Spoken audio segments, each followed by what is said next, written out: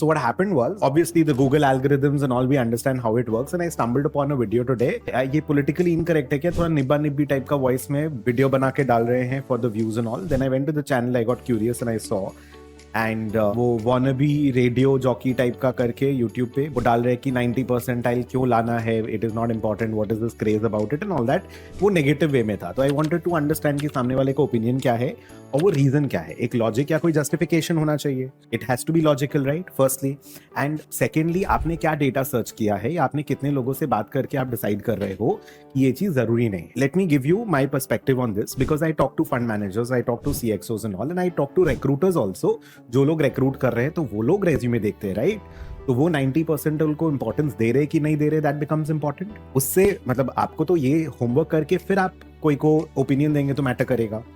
तो पहला चीज तो you have to understand, always try to see कि सामने वाला जो बोल रहा है, because there is too much of information and unnecessary opinion on social media as well, and conflicting opinions आपको मिलेंगे. अभी वो जो वीडियो देखेगा, I know some kids are going to be like, यार हाँ, इट डज नॉट मैटर, क्या big deal है, नहीं करने का, क्यों माथा लगाए, आई विल जस्ट पास भी तो CFA लेवल 1 पास ही लिखेगा, लेवल 2 पास ही लिखेगा, और पार्ट 1 पास लिखेगा, और वट एवर एग्जाम पास लिखेगा, मार्क्स से क्या फर्क पड़ रहा है.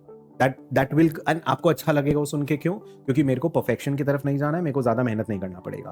तो ये एडवाइस अगर किसी का लूंगा तो ये अच्छा होगा. I am coming to it, whether it is important और नॉट, वो बताऊंगा तुम लोग को. तो जब मैं एज अ स्टूडेंट अगर देखता हूँ तो अलग अलग तरीके से देखना होगा, अलग अलग सिचुएशन पे मैटर करेगा. पहला चीज, एज अ रिक्रूटर कोई का रेज्यूमे को देखूंगा या इंटरव्यू कॉल करूंगा या नहीं करूंगा, उसमें 90% केसेस में या मोस्ट प्रोबेबली, मैं प्रोबेबिलिटी के साथ बात करता हूं, आई विल नॉट सी कि आपका 90 परसेंटाइल है कि नहीं.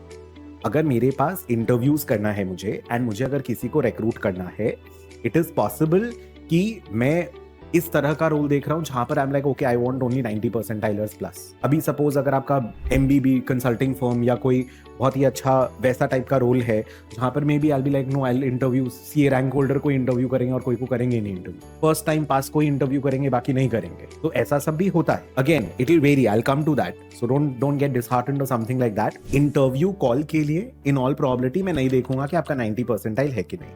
आपका लेवल पास हुआ, I will do the interview call और I would want to meet you. दूसरा चीज, इंटरव्यू के समय पर ज्यादा प्रायोरिटी ये होगा कि आप क्वेश्चंस कैसा आंसर कर रहे हो, आप कितना क्विकली और कितना अच्छा आपका नॉलेज का एप्लीकेशन है. If you not able to answer questions, if you not able to apply the knowledge, मैं जैसे एक एग्जांपल देता हूं कई बार कि मैं तुमको बोला कि पार्किंग लॉट का वैल्यूएशन कैसे करूं.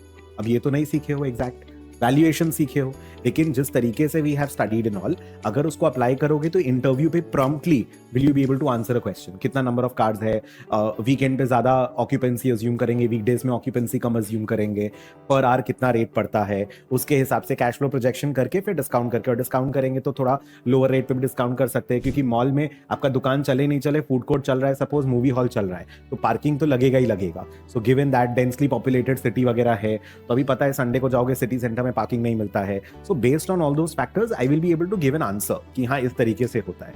अब the moment you answer a question like this, you're more or less sorted in terms of कि इंटरव्यू को पता है कि आप अपना नॉलेज को अप्लाई कर पा रहे. रेज्यूमे पे आप लिख सकते हो कि 90 परसेंटाइल लाया है या ऑल सब्जेक्ट्स में इतना लाया है and all. What does that indicate to the recruiter or the person who is interviewing you? It shows that you have tremendous amount of accuracy. मैं उसको लूंगा तो इसकी काम में गलती बहुत कम होगा, इसका लेवल ऑफ अंडरस्टैंडिंग बहुत अच्छा होना चाहिए, इसका बेस बहुत स्ट्रांग होना चाहिए, इसका काम में परफेक्शन आएगा. These are the things that I am going to be taking away. But if say for example आप अपने आप को अप्लाई नहीं कर पा रहे हो, तो मेरे मन में डाउट आएगा कि शायद ये रट्टा मारा है. आई डोंट नो कि ये कैसा परफॉर्म करेगा.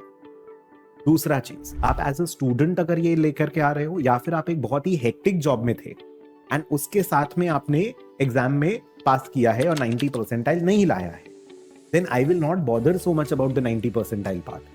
क्योंकि with the job in 6 months or 8 months you have prepared, and with a very hectic routine you have still got decent scores and you have passed the exam. As a working professional, 3, 4, 5 years of experience, let's say, so, and maybe you're married and everything and kids and all, so you also have that family responsibility. So आपने उसमें भी time manage करके you pass the exam, I'm going to give it to you. उसमें भी अगर आप और अच्छा scores लेके आते तो obviously that's an added thing.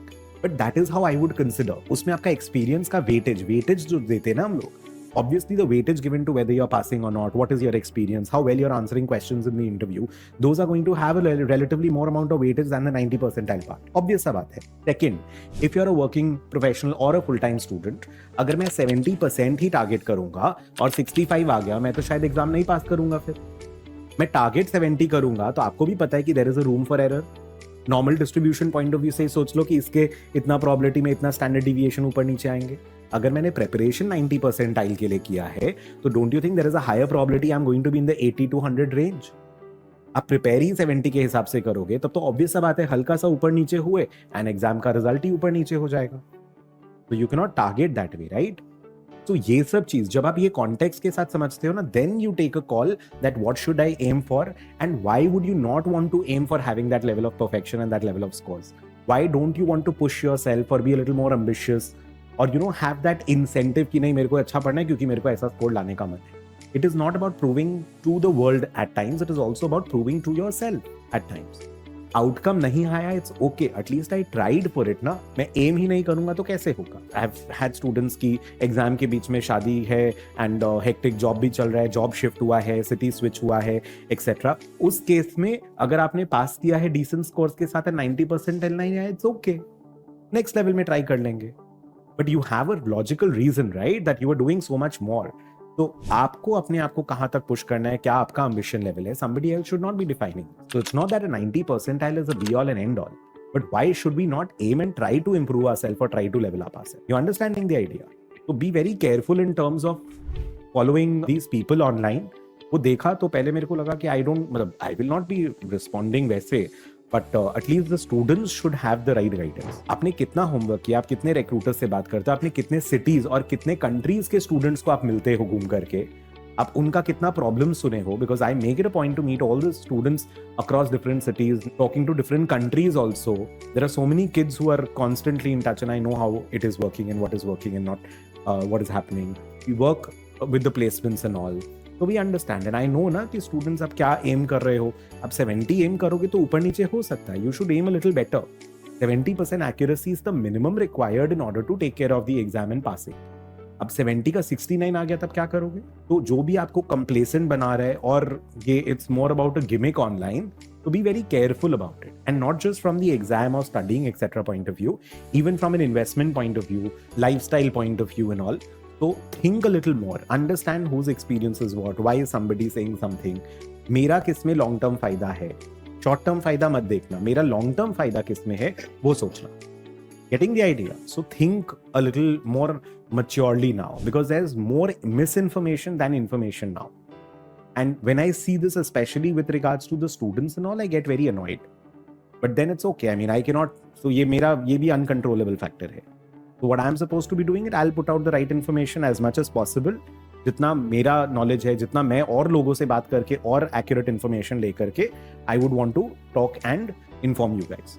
Now it is up to you how and what you do.